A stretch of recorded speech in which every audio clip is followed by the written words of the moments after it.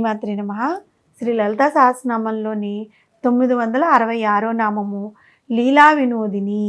లీలా వినోదిని అనే నామానికి అర్థం ఏంటి అంటే, లీలా అంటే లీలలు యందు వినోదిని, వినోదించినది అని అర్థం. అమ్మవారు ఈ సమస్త విశ్వంలో సంభవించే తన లీలలను చూసి ఆనందం పొందుతూ ఉంటుందన్నమాట. ఈ సమస్త విశ్వము ఆ తల్లికి ఒక క్రీడా స్థలం కదా. సమస్త విశ్వంలో సమస్త జీవులకు సంభవించే సంఘటనలన్నీ కూడా ఆ తల్లికి క్రీడలే. ఈ క్రీడలన్నీ కూడా ఆ తల్లి యొక్క మాయా కల్పితాలే.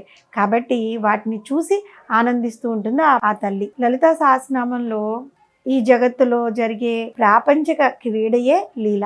అట్టి ప్రపంచ సంబంధమైన క్రీడయే వినోదంగా కలిగింది జగన్మాత.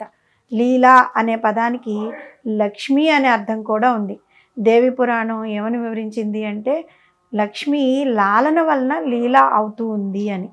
ఈ విశ్వం యొక్క సృష్టి, స్థితి, లయము, తిరోధానము, అనుగ్రహము ఇవన్నీ కూడా ఆ తల్లి యొక్క లీలలే.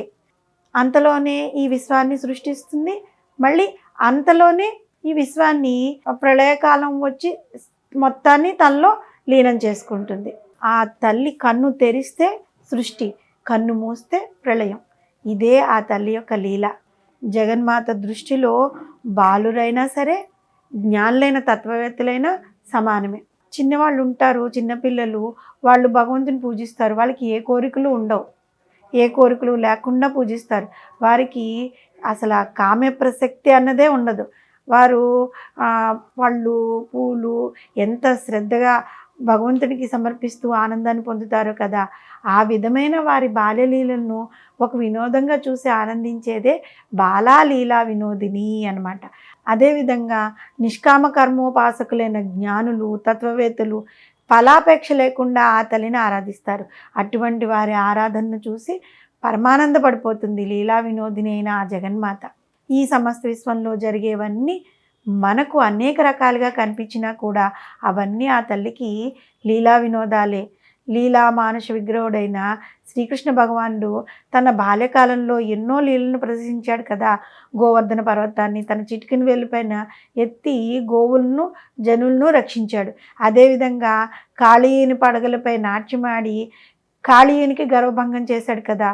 పూతన సంహారము, కాళీయ మర్దనము, ఈ విధంగా పరబ్రహ్మ స్వరూపుడైన శ్రీకృష్ణుడు ప్రదర్శించిన లీలా వినోదములు తలుచుకుంటేనే మనకి ఎంతో ఆనందాన్ని కలిగిస్తాయి.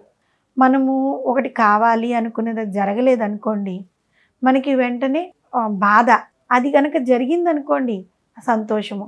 కానీ ఈ బాధ, సంతోషము ఇలాంటివన్నీ కూడా పరిపూర్ణ జ్ఞాన స్వరూపునైన ఆ జగన్మాతకు లీలా వినోదమే. మనం ఏదైతే కావాలని కోరుకుంటామో దానివలన మనకు ముందు ముందు ఇబ్బందులు కలుగుతాయనుకుంటే వాటిని ఆ తల్లి మనకి ఇవ్వదు. మనం వద్దనుకున్న వాటి వలన మనకు మంచి జరుగుతుంది అంటే ఆ తల్లి మనకి వాటిని తప్పనిసరిగా ఇస్తుంది. ఇదంతా కూడా వసన్యాది వాగ్దేవతలు కీర్తించిన లీలా వినోదిని అని కీర్తింపబడే లీలా విలాసములే ఆ తల్లి యొక్క లీలా విలాసాలే. కొంతమందికి ఆయువుని ప్రసాదిస్తుంది, మరికొంతమందికి మృత్యువుని ప్రసాదిస్తూ ఉంటుంది. ఒక పక్క త్రాగునీరు, సాగునీరు అలాంటివి లేక కటకటలాడిపోయే పరిస్థితి ఉంటే, మరొక చోట పండిన పంటలన్నీ నీళ్ళతో కొట్టుకుపోయి వరదలకు జన్లు కొట్టుకుపోతూ అల్లాడిపోయే స్థితిని కల్పిస్తూ ఉంటుంది. కీటకాలకి, పక్షులకి, ఆ పక్షులు సర్పాలకు, ఆ సర్పాలు గర్దలకు, అదే గర్దలు ఆయుర్దాయం పూర్తయినప్పుడు తిరిగి అదే కీటకములకు ఆహారంగా సమకూర్చిన లీలా వినోదిని అయిన ఆ తల్లి యొక్క లీలా విలాసమును వర్ణించడం మన తరం అవుతుందా? ప్రతిదీ ఆ తల్లి తన యొక్క లీలల వల్లే జరిపిస్తూ ఉంటుంది. ఒక పక్కన తత్వవేత్తలైన వారు ఎందరో ఆ తల్లి యొక్క మోక్ష సామ్రాజ్యాన్ని కోరుతూ తపిస్తూ ఉంటే, వారికి కాకుండా అతి చిన్న కీటకమైన సాలిపురుగుకు, విషసర్పానికి, ఏనుగుకు ముక్తిని ప్రసాదించింది. అలాంటి ఆ పరబ్రహ్మ స్వరూపాన్ని మనం ఏమని ప్రార్థించగలం? ఒక పక్క నిన్నే నమ్ముకుని నీవే దిక్కుని భావించి ప్రార్థించే భక్తులు అష్ట కష్టాలు పాలవుతూ ఉంటే, మరొక వైపు ఆ భక్తులకు కష్టాలను పాలు చేస్తున్న వారు భోగభాగ్యాలను అనుభవిస్తూ ఉండడం. అమ్మా జగన్మాత, లీలా వినోదినివైన నీవు, నీ లీలా వినోదాలు మాకెప్పటికీ అర్థం కావు కదా. ఆ విధంగా ఆ తల్లి యొక్క లీలలు మనం ఎప్పటికీ అర్థం చేసుకోలేం.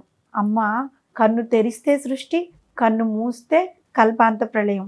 తాను తలుచుకుంటే రాతిలో కూడా జల సంపద పుడుతుంది. మరొక వైపు నీటితో కూడిన బ్రహ్మాండమైన సముద్రం మధ్యలో భయంకరమైన బడబాగ్ని.